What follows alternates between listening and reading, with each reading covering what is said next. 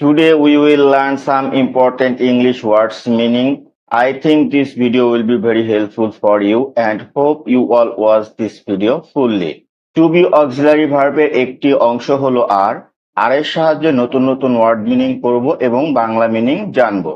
চলুন তাহলে শুরু করা যাক। আর এর আগে এফ বসালে হয় ফেয়ার, ফেয়ার অর্থ হলো ভাড়া।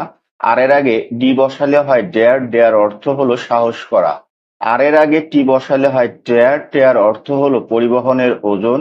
টেয়ারের আগে এস বসালে হয় স্টেয়ার, স্টেয়ার অর্থ হলো এক দৃষ্টিতে তাকানো।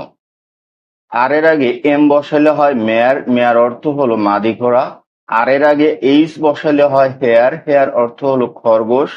হেয়ারের আগে এস বসালে হয় শেয়ার, শেয়ার অর্থ হলো অংশ। আর এর আগে সি বসালে হয় কেয়ার, কেয়ার অর্থ হলো যত্ন।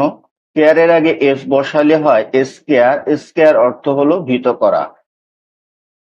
আর এর আগে পি বসালে হয় পেয়ার, পেয়ার অর্থ হলো বাইরের অংশ ছাটা। পেয়ারের আগে এস বসালে হয় স্পেয়ার, স্পেয়ার অর্থ হলো অতিরিক্ত। আর এর আগে বি বসালে হয় বেয়ার, বেয়ার অর্থ নগ্ন। আর এর আগে আর বসালে হয় রেয়ার, রেয়ার অর্থ হলো দুর্লভ।